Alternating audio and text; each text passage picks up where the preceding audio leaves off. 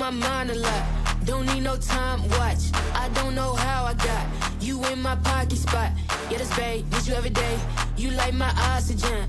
Make it seem like the barging down. Got my heart no barging in. From the bed to the floor to the couch. Might wake the neighbors up. Break you in and break you out. In the end, we're gonna make it. Dionna, welcome back for another episode of All Time High. How are you doing? I'm doing great, which I don't know if you know this, but the other day was my birthday. I mean, it is my birthday month. But Okay. The other day was my birthday and it was really, really good. Yeah? You had a celebration, a party? Were you, yeah. Were you in Vegas, going to Vegas, in Miami? Where in the world were you?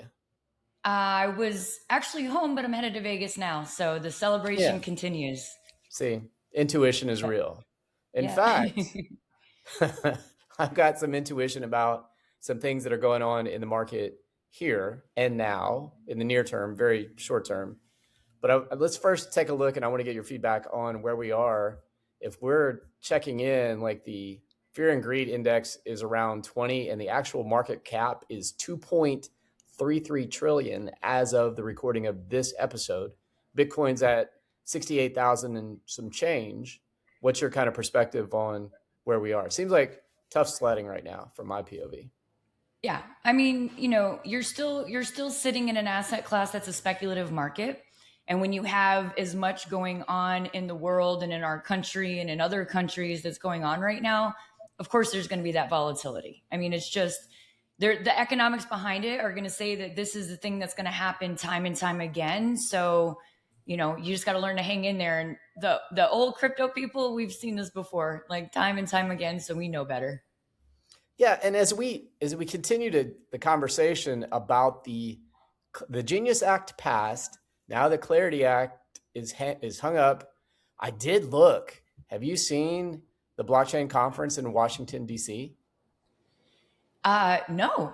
Is it the Chamber of Digital Commerce? Is it Perry Ann doing it? Oh yeah. Well, she does it every year, right? Is it? Yeah, May? But let's go back 2 years ago. There was an opportunity to only 4 congressmen, senators were willing to put their name on the show.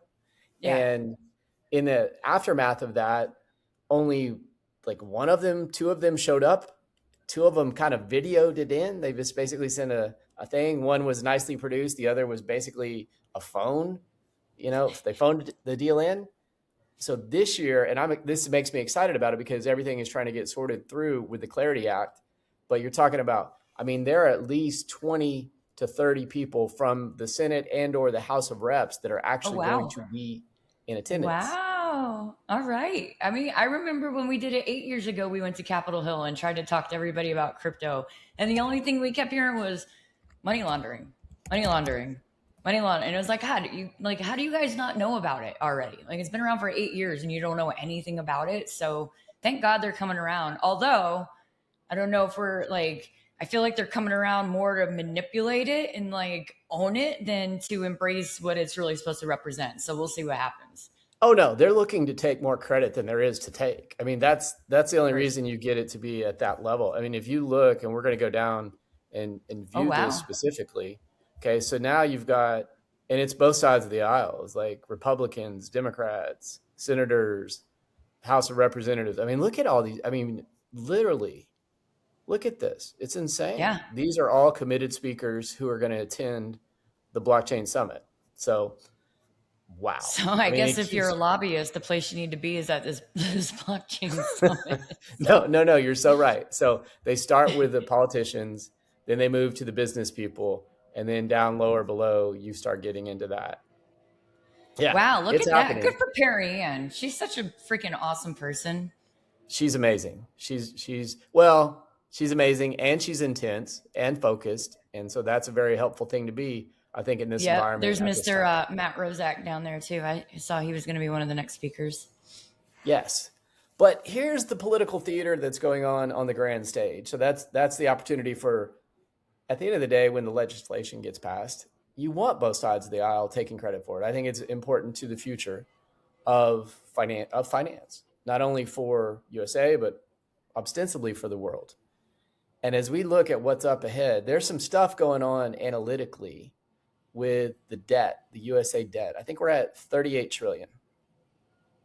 And you were mentioning to me off camera moments ago that there seems to be like this person. Who is it that they're nominating, or Trump is like, oh no. Just messed that up. You said it. Sorry. You said the schmump. Okay. You said schmump. Yeah, I said the schmump word. Sorry, y'all. I didn't mean to do that. And now, Dionna, be emboldened. Speak freely. Just say whatever you want to say, because the episode has been filtered by the shadow ban inadvertently. Oh, well, there you go. All right. So I guess we don't have to worry about all the schmovering we were going to do. Schmovering. Yeah, don't worry. Yeah, don't worry about the political cover at this point. It's over. I do want to put a disclaimer out there to our viewers and listeners that we are not either side of the aisle. We are very middle ground and always want to look at all sides, because that's reality. And so please don't ever jump on and assume that we take a personal stance just because we have an opinion about one particular thing. We try to look at everything, and at the end of the day, let common sense and decency and humility and morality prevail over politics and all the other stuff. So with that being said, and I'm looking analytically to grow the space from 2.3 trillion to a $10 trillion asset class. I think that is fundamentally inevitable. I do believe it could be done right, $100 trillion asset class. So that's where my yes. I think the bigger, to me, to go off of that, the bigger part is, how do you, the normal person, make money on this asset class that we suspect, this is not financial advice. We are here purely because we're entertaining, and we hope you think so too. You're entertaining, and I'm funny. Yeah, sometimes I'm not funny, but you're funny. I'm entertaining. We just want everybody to make money. You know, the financial markets are so regulated, and so it only benefits the wealthy to continue getting wealthy. Here's an asset class where the normal person can still get into it. And we suspect highly that the wealthy asset class, or the wealthy people, are going to explode this asset class. And we've got lots of data to back that up. Just like they're talking about potentially Larry Fink becoming the U.S. Secretary of Treasury, which would be huge. Let's set this up for a second, though. I think that the guy, Kevin Warsh, is the name, and that's where the episode went off the rails.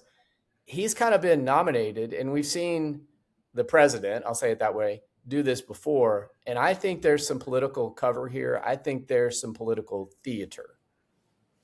And some of it ties back to Larry Fink. And some of it ties into, and that's the person, the financial problem that our nation is facing. So let's just simplify it and identify item number one. You ready for item number one? Go ahead, give it to me. And tell me, Dionna, if you agree or disagree. Okay. Item number one. Jerome Powell is going away. True or false? Agree. I agree. Okay. Item number two. The president likes to promote from within.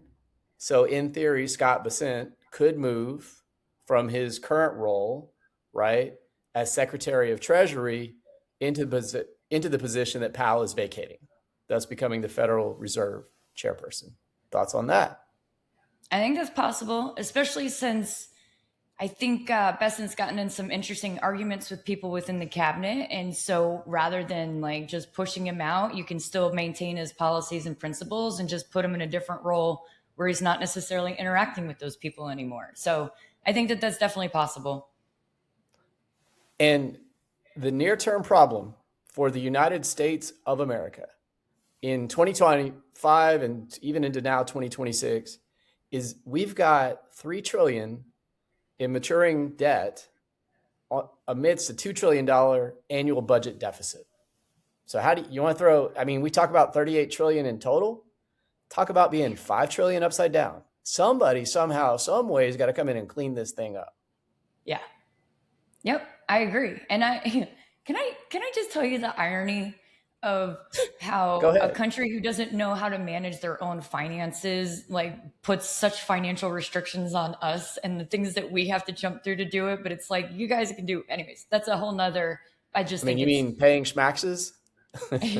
Yeah. Paying schmaxes, being able to invest, even like where you have to keep your money, how you have to store your money, who you have to pay to keep your money. Like, again, don't even get me started on the 1099 DA forms. Don't even. That's another episode. We'll save that for April. So if let's just say, if I'm in charge, I'm going to say, okay, we've squeezed the juice out of a ton of things, right? Like we've maximized home mortgage like loans and, you know, the Yes. whole collapse of '08 and the games they were playing there. And they invented the stock market as a way of making money, right?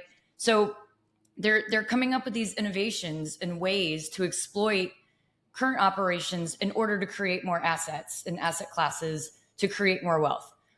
Crypto is still, even though we're 18 years later from its inception, it is still an asset class that has not been fully exploited to the way that it can be. And so it's kind of low hanging fruit. I mean, you talk about taking it from a 2.4, 2.5 to a $10 million asset class, that's a 4 times jump.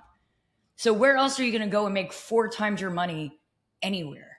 So I think that any government, and there's been a lot of them, or schmoverments, well, we're already banned. So any schmoverment, I think if you get it and you start playing it and you have these reserves, look, Texas is doing it. They approved the first Bitcoin reserve. They're going to put in that asset Hold on. class. I'm going to bring you back to federal level first. Okay. Because once we get federal coverage, it's different, right? Agreed. So this is my working theory. So if you agree that we've got political cover, number one, and you agree, number two, they're going to move Besson up because you've got this bond issue, you've got this debt issue, and he's eminently qualified to be able to handle it and address it in a very business-like manner. He's done this before, right? Yep. And this is where I think Larry Fink becomes a very interesting player as the Secretary of Treasury. Number one, he's with BlackRock, who has over $11 trillion in assets already under management. So 38 trillion, no big deal. I mean, no it's a big conflict deal. of interest there.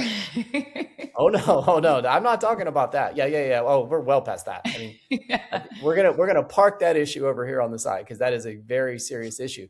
But what he's saying that can offset the bond issues that we're having, what he's saying that can offset the $38 trillion in debt that we have is the tokenization of real world assets.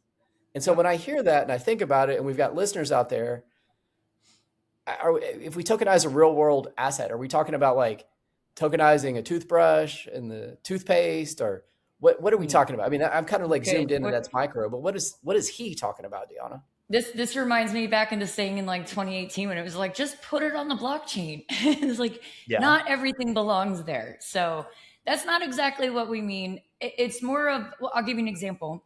The first asset that I ever saw tokenized, and this probably isn't the best, but it gives you a good idea. William Quigley, who is also part of Tether. He's got a bunch of different crypto projects.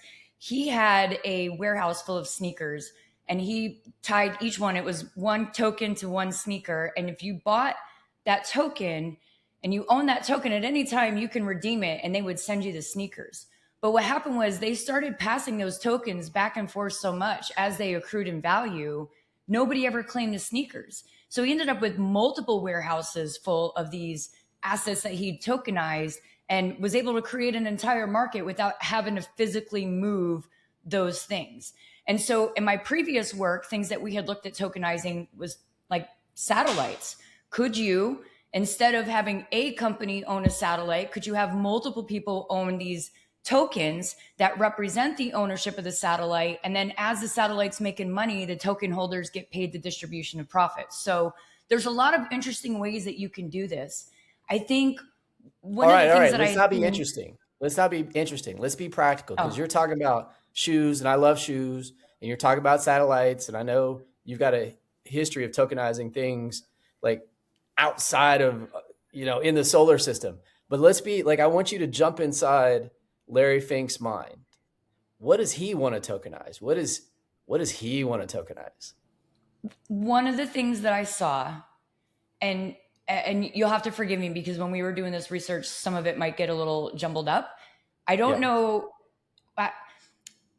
There's a token that they're coming out with, right? And it's the Western Asset Reserve, and it's, or SHMOR, SHMOR. We can't say that word. Yeah, I've already screwed the episode's toast, but go ahead. Yeah. Well, I don't want to screw up all the clips. So even if we can get some short ones out of here, we're doing okay. So we're good. All right. This particular token, they could use to fund things like Schmore. Like they could use it to move money back and forth in between nations, to help fund things like Schmore.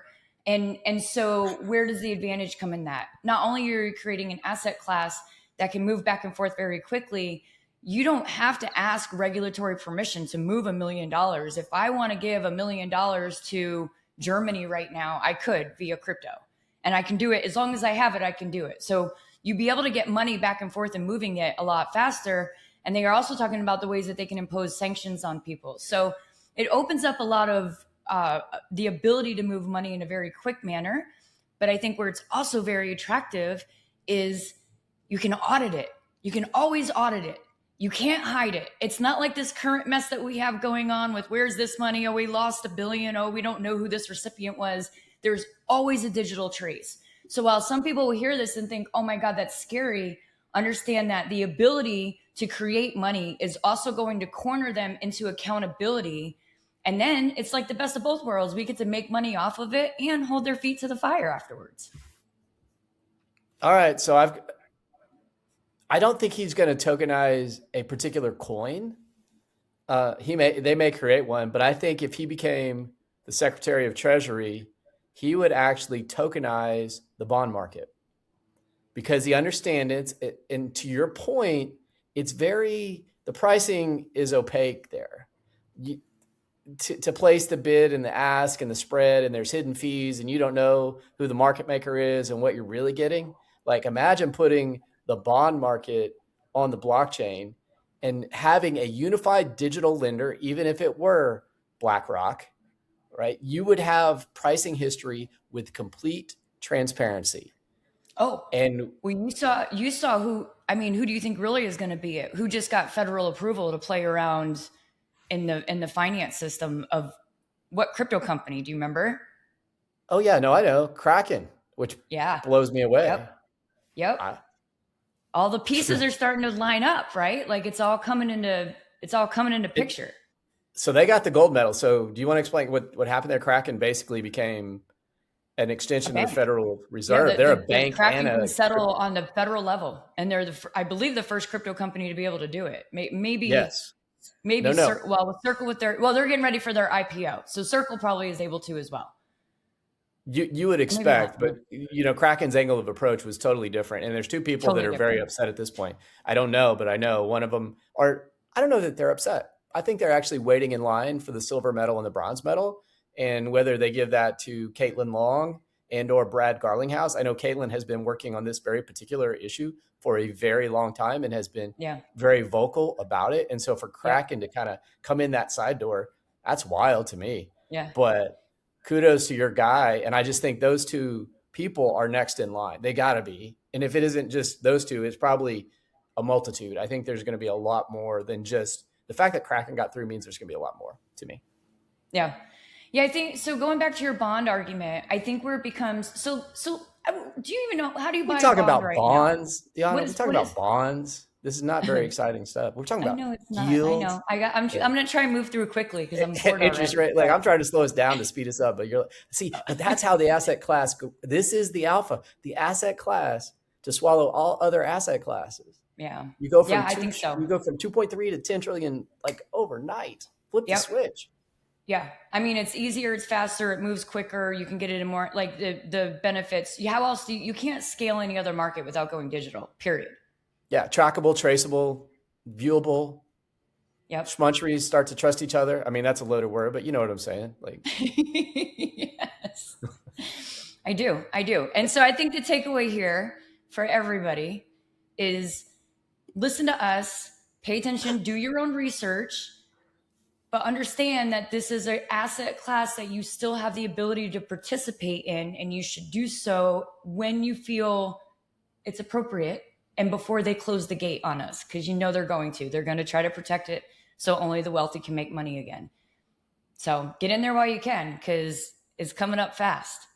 And to that point, Dionna, if they move in this playbook where we have I'm looking at my notes, Kevin Warsh as political theater for cover and then you see percent move up, and there may be a crisis that causes this to occur. Who knows? Sure. The Schmoverment's very good at creating a crisis, and then you create crisis, then you find the solution to the problem and solve it. And so we've got this debt, we've got an outgoing Fed chair, we've got a new guy to promote from within, and you could, in theory, replace with Fink, who knows how to deal with the bond market, who understands what $11 trillion is, who could approach a $38 trillion asset class, who could help a country that is looking at a $2 trillion upside down operating budget with $3 trillion worth of bond debt that needs refinancing in the short term. Do we have a problem, Dionna? Houston, do we have a problem? I mean, my only problem is finding where I can get more money to put into this asset class. That's my only problem. Yes. And in particular, not financial advice, do your own research, like and subscribe, do all the things you should be doing. We have a tendency to be out in front of these things. We have a tendency to be directionally correct. Are there tokens within the infrastructure that you're saying are good ones? You mentioned one that we'll look at in a different episode that's brand new, but I mean, you lean towards the top 10. If somebody's new to the asset class, what would you tell them in terms of trying to wrap their mind around this? One thing I'm going to say up front, do not invest more than you can afford to lose. Yeah, agreed. Yep. You got to be okay with never seeing it again. Yeah. Which is why when you get in early, it's a little bit easier. So I would say, definitely anything top 5. I mean, and the other coin that we're going to talk about is built on Solana. And so when you just look at who holds what and who's doing what, the only thing I will say is please, please, please, please, please don't invest in a stable coin. Like, okay, well, Tether, hold on. To that USDC. point. All right, hold on. You just said top 5. So I'm being the listener now who's out there watching. Hi, Mom. We got Bitcoin's number 1, Ethereum's number 2. Those are not stable coins. But then at 3, we've got Tether, USDT, which you were about to mention. And number 4, we've got Binance. So let's talk about Tether and Binance as they relate to those two topics. You're just a stable coin. A stable coin's $1. It's always $1. It's meant to be stable. So if you're investing in it for the volatility and hoping it's going to go up, a stable coin's not going to go up because it's a stable coin. So I've seen like things where people were trying to like say that or get people into that, and that's not a thing. So if it's always been $1, it's always going to be $1.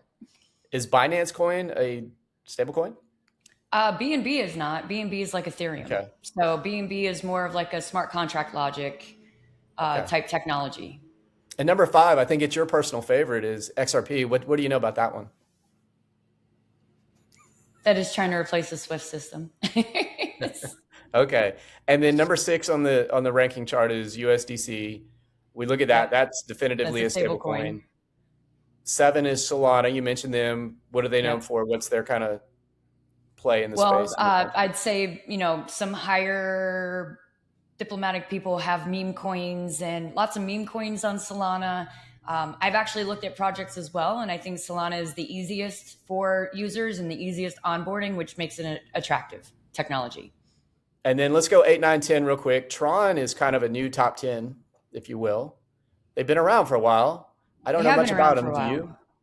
Yeah, I'm not sure what they've been up to lately. I feel like I saw something on them, but I don't remember what new thing they're doing. Gotcha. And then number 9 is Dogecoin. We've known that for a while. We've talked a lot about that on previous episodes. And then number 10, we'll kind of close out here, is Cardano. And we've seen, I say, Charles Hoskinson has been left out of the conversation. So he is now at the top of the mountain yelling and screaming about issues to anybody that will listen. Yeah. Yep. I mean, it's an oldie but goodie, right? So they're still out there just charging away. Yes, for sure. All right, Dionna. Well, I think that's a good look at the top 10 in the market and where we are. We're still looking to get back to all-time highs. We're kind of in a middling state right now, but there's certainly going to be plays out of the playbook that are going to be executed in the next several months. Stay tuned, stay focused, and let's work together to get this place back to another new all-time high. Yeah. Thanks, Dionna. Bye. You on my mind a lot. Don't need no time watch. I don't know how I got you in my